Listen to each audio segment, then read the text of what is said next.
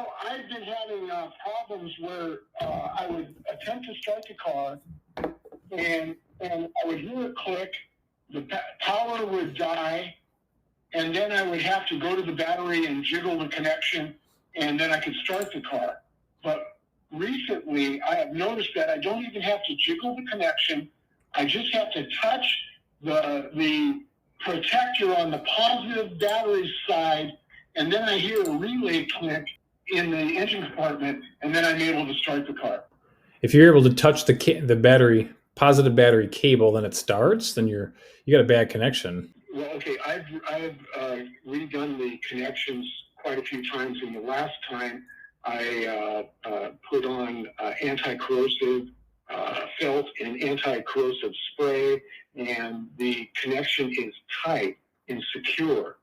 So based on my experience of cleaning battery terminals and connections, I do not think that the battery connection at the terminal is improper. I touched the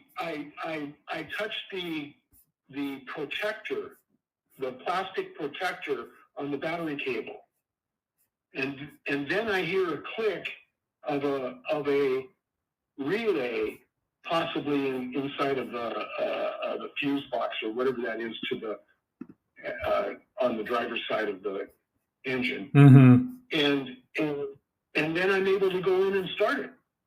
And I've checked my battery voltage. The last time this morning was 11.36. I was still able to start it after I did the touching. 11.3? That's really low. Yeah, I know it was. Yeah, but I still was able to start it. Maybe it was 11.6. I don't have that. How come? But it was under 12. I know that. 12.6 is a fully charged battery. You be sure that this battery passes a load test, right? Yeah, so I took it back to the dealer who installed the battery a couple of years ago when I had this problem again, and they said I had like 225 cranking amps, blah blah blah. So it sounds low. The load is there. All right, so let's just say the battery's good. Let's just say your cable or connection, your terminal at the battery is good, just for conversation's sake. So what you're going to have to do is you have a high current battery junction box on the left side of the engine compartment. Fuse 1, fuse 2, 3, I see 6 and 8. So there's a 275 amp fuse, there's an 80 amp fuse, 50 amp fuse, 125 amp fuse. What you'll need to do is make sure that, what I would do is when this occurs, you're going to grab a voltmeter and you're going to make sure that all of those fuses in the high current battery junction box have the same voltage as the battery.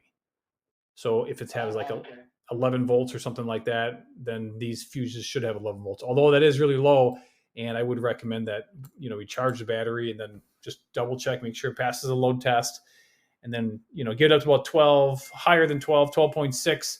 Make sure that these fuses in this high current battery junction box check out good. Let me make sure I have the fuse numbers correct. 1, 2, 3, 6, and 8. Well, those are the only ones I'm seeing, but I'm pretty sure every fuse in the high current battery junction box basically gets full battery voltage. So it doesn't really matter which ones you check. We're just looking for any of them. We want to check all of them, and we're looking for any of them that have low voltage.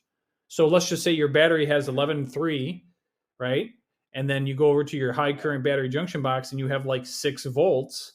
Well, it's a major voltage drop. So it's a bad connection between the battery and the high current battery junction box.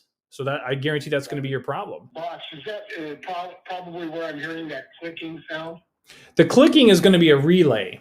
All right. So relays do click. That's normal, especially when you try to start it. And then when you have no power, all of a sudden, boom. Now the whole electrical system has power because of a bad connection. The relays will click. This is normal. All right. Now, could relays be bad? Sure, but they don't run all of the current through this for the whole vehicle through one relay. So no, the problem is not going to be one relay causing this issue. Now you have a powertrain control module relay, which is in the battery junction box, which is still under the hood, but all the other components still should have full battery voltage. And why would that relay click when you just touch the terminal at the battery? It doesn't make any sense.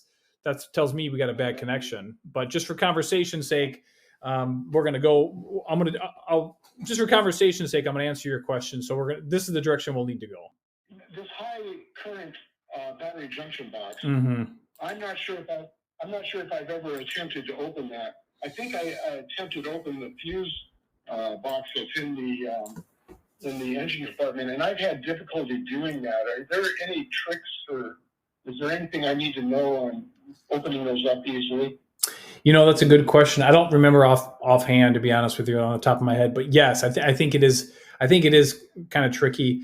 I'm sure there's clips or tabs that you have to pull or push to pop the cover off. I think it might even sit sideways on the battery, so you might have to actually, or it might be attached to the positive battery post or something really close. So you might have to unbolt the positive cable from the battery to move it up, or in a place where you can test it. And then once it's at a good position where you can test it, then connect the cable back to the battery and then run your tests. So that might, yeah. So you'll have to be a little clever. You have to move things around, just be careful and make sure you get a good reading. I think that's not going to be necessary. I think the problem's going to be at the battery, but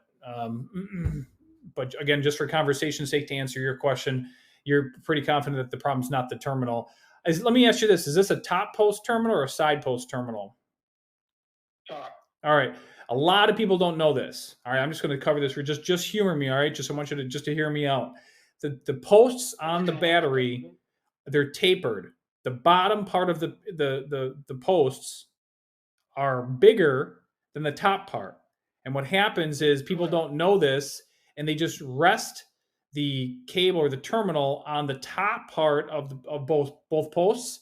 And then what they do is they tighten down the nut, and the nut actually it'll bottom out. It'll stop because the clamp actually is closed all the way, and so the nut feels tight. So they assume that the connection of the cable, the battery connection right there, is tight. When I could walk up to it, I could turn it by hand. It's way too loose.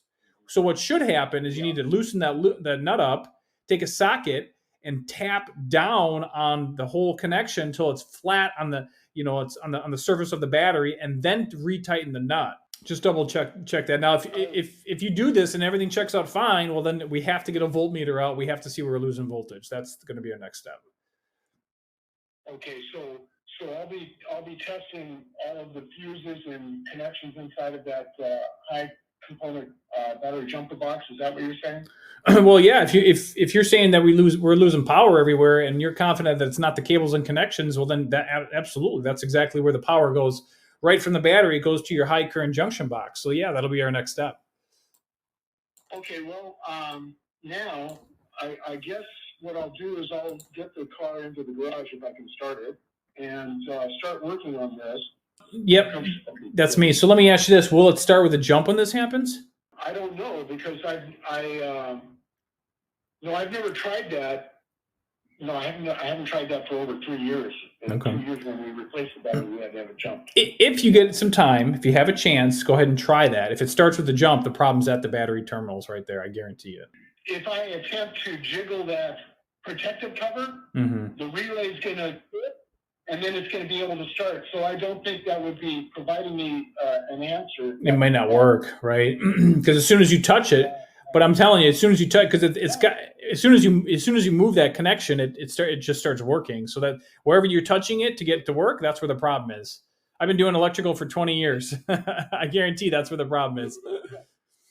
I'm a house electrician. Okay, so I know electrons, but what the thing is the connection is not loose. Well, here's the thing: it can be tight, and you can still have a bad connection. I guarantee it. Oh, you mean corrosion? No, I've seen a good looking connection right at the battery terminal, and you can actually measure a voltage drop, 12 volts. I've actually seen it. The connection looks good. It's clean. It's tight, but you have a 12 volt drop right at that terminal. Well, thank you. I will go and be a mechanic for a little while. Sounds good. Well, good luck and let me know. All right. Yeah. Thanks for your help. All right. You bet. You're welcome. Bye-bye.